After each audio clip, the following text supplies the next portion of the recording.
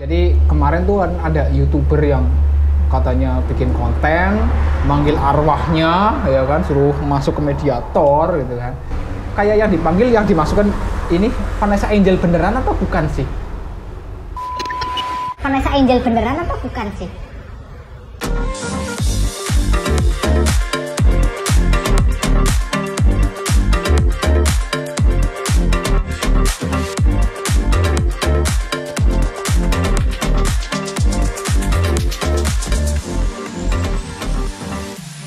Om Ragil. Halo. Gimana? Terima kasih udah datang ke sini. Iya. Saya mau tanya-tanya ini. Wah. Buat kalian yang kadang-kadang saya suka bingung ya kalau tanya gimana pandangan Mas Filsa dengan penglaris gitu kan. Udah jualan pakai strategi ini, belajar di sana, belajar di sini, ikut coach ini, ikut workshopnya ini gitu kan.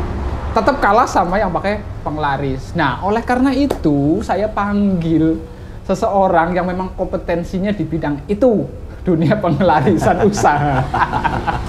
Om Ragil ya. Om Ragil ini sebelumnya beliau adalah pakar supranatural ya. Iya ya, namanya apa sih? Iya, ya. Yang jelas bukan Jarum Supra ya.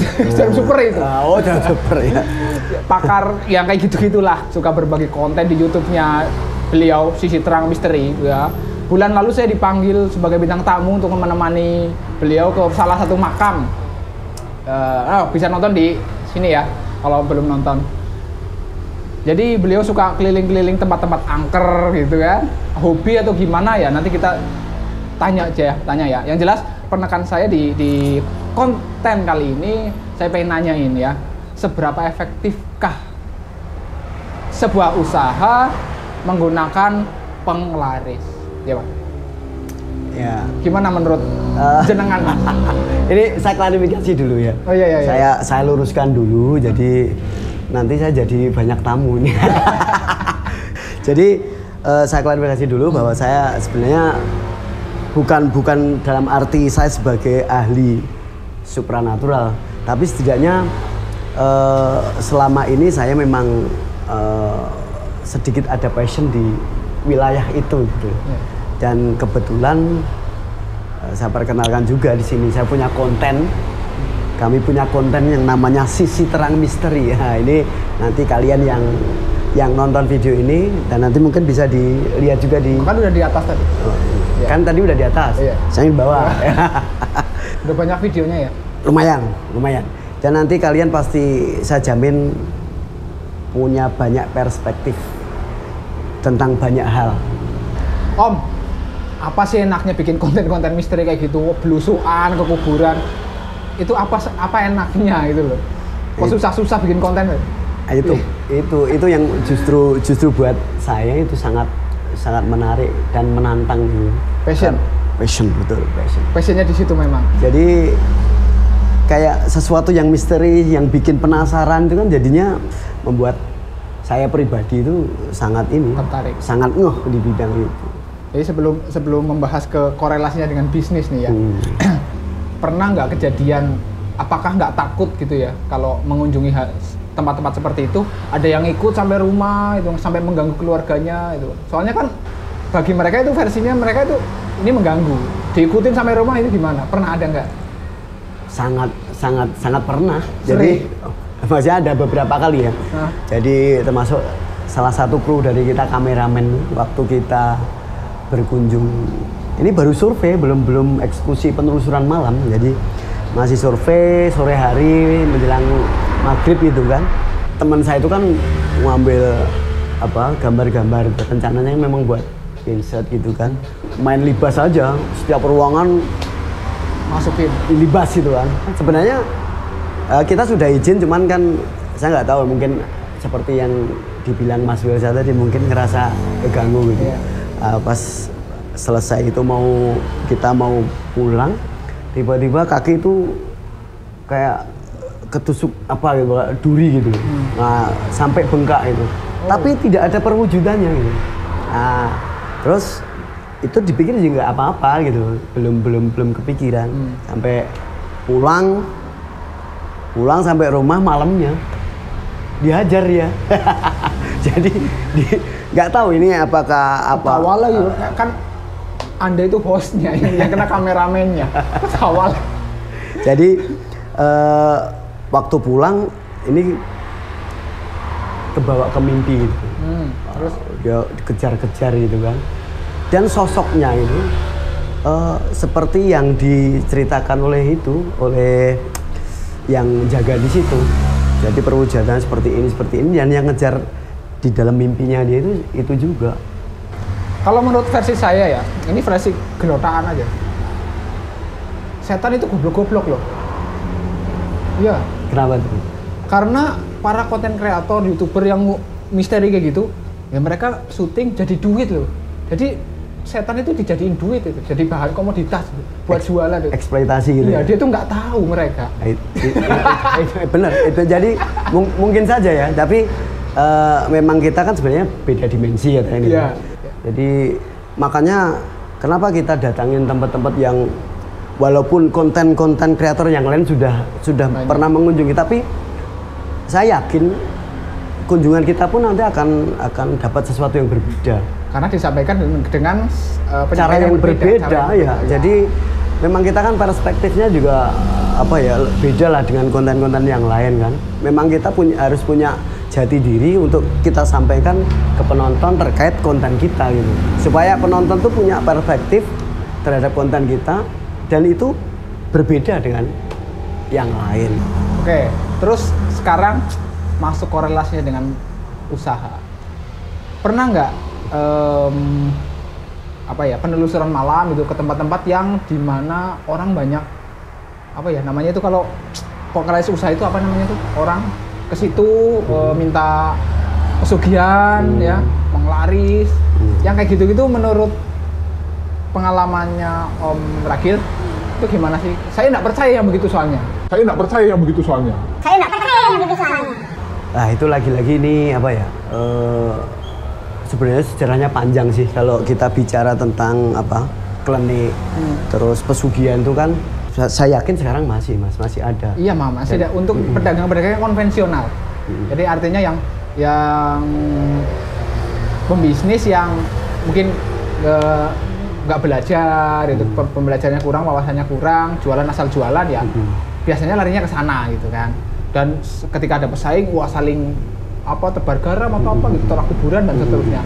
Tapi saya pribadi menurut perspektif saya nggak percaya lah yang begitu-begitu itu. Ya mungkin bagi yang percaya ya silahkan, bagi yang tidak percaya juga silahkan itu. Jadi gini, itu perspektif juga sih sebenarnya. Jadi memang saya pikir manusia itu, terutama manusia Indonesia ya, dan lebih spesifik lagi Jawa ya, itu memang kaya mas. Menurut saya kaya itu justru semacam kalau saya. Jadi karena itu pilihan ya. Menurut saya itu pilihan. Anda mau lewat jalan ini silahkan. Kalau itu kalau itu kamu yakini itu sebagai sesuatu yang benar. Dan yang lain lewat jalan yang lain, kalau itu memang itu diyakini ya silahkan itu. Jadi justru itu orang Jawa itu menurut saya kaya. Bagaimana cara untuk mendapatkan impian, dalam tanda kutip kekayaan itu kaya. Dan itu saya pikir sepanjang itu tidak merugikan orang. Justru sekarang yang saya menjadi prihatin itu kan gini mas, orang mau menuju kaya tapi dengan cara sikut kanan sikut kiri. Misalnya dengan politik belah bambu, jadi menguntungkan pribadi dengan menginjak orang lain. Kayak gitu. Kalau penglaris begitu itu teknisnya gimana sih? Maksudnya misal saya nih mau melariskan usaha bakso saya misalkan, saya datang ke kuburannya siapa, makamnya siapa, minta. Nah itu mintanya ke siapa? Ke si almarhumnya atau setan penunggu situ, apa kuntilanak atau pocong gitu. Terus mereka itu apa yang mereka lakukan terhadap si pengusahanya?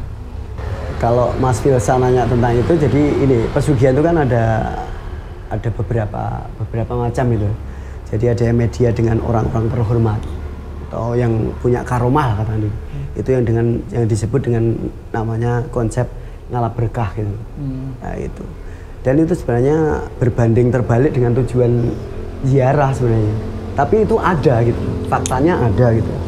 Terus ada lagi yang melalui perorangan. Jadi memang caranya bermacam-macam, Mas. Kalau yang tadi dengan orang-orang mulia makamnya gitu kan, itu kan mereka datang, sebenarnya kan tidak ada korelasinya kita minta sesuatu gitu.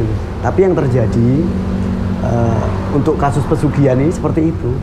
Jadi kesimpulannya adalah mau pakai penglaris dengan melibatkan makhluk halus bisa. Mau pakai jalur yang lurus juga bisa. Pertegas dulu, lurus gimana Mas maksudnya? Jalur putih. Oh, jalur putih. Jadi ya, mungkin betul. Amalannya doa, itu kan, sholat tahajud, sholat 5 waktunya. Sales marketing. Iya, sholat duha, itu, sedekah, itu kan jalan lurus putih. Nah, sementara jalan lurus versi klenik, versi makhluk halus, gitu kan. Menurut mereka jalannya mereka lurus kan? Menurut mereka, karena keyakinan mereka. Ya keyakinan mereka, benar betul. kan. Nah kalau mau jalan sana ya silahkan, gitu kan. Tapi ya Om, menurut saya sendiri ya hasil pikiran saya sendiri mungkin. Kalau orang misalkan produknya ini nggak enak nih, ya saya jualan bakso nggak enak, terus ini juga nggak enak. Saya bersekutu dengan makhluk halus, misalkan saya cari penglaris gitu kan. Ini hanya semacam apa ya, permainan psikologis sih ya kalau menurut saya ya.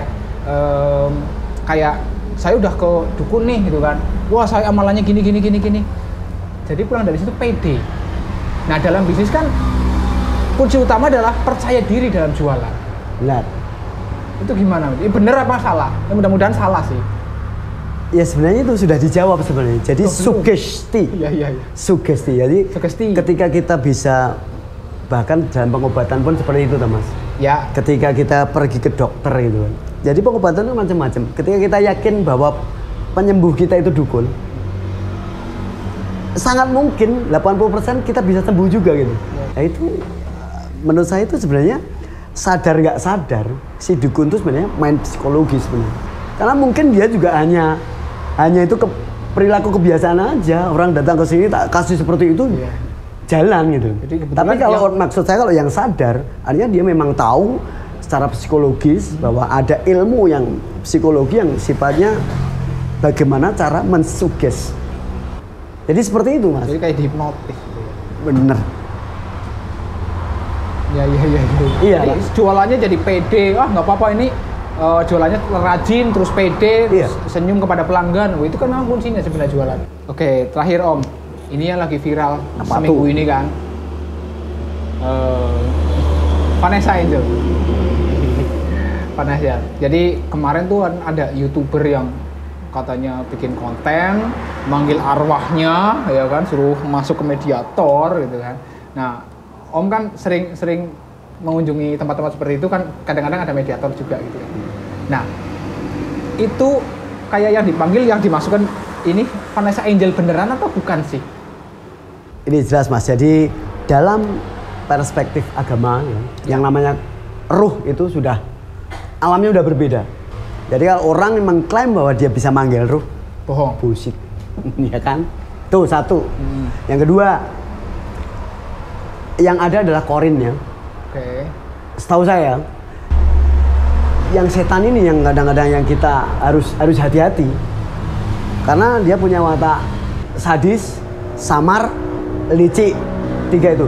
Pada taraf samar ini yang kita harus hati-hati, Mas. Karena ketika dimensi samar ini yang menonjol, kita akan digiring pelan-pelan, walaupun dia akan selalu membisikkan sesuatu yang terkesan baik, terkesan indah, terkesan manis, tapi itu secara pelan kita akan dibelokkan. Nah, ini kata kuncinya. Pelan tapi pasti dibelokkan. Pelan tapi pasti. Jadi dan hanya menunggu waktu kamu akan jatuh. Nah, jadi kalau ada orang seperti yang kemarin, dan itu pun sebenarnya udah dibully kan ya. Iya. Sudah dibully karena diserang lah, nggak etis lah. Nggak etis ya kan. Demi konten aja itu. Musibah seperti itu justru itu, yaitu dalam tanda kutip dieksploitasi untuk kepentingan konten kan, jadi rasa simpati empatinya kan nggak ada gitu. Nah ini sebenarnya Miris, ya? menjadi pelajaran yang luar biasa. Oke, terima kasih Om sudah hadir. Siap. Sampai jumpa di video berikutnya. Makasih. Oke, sip.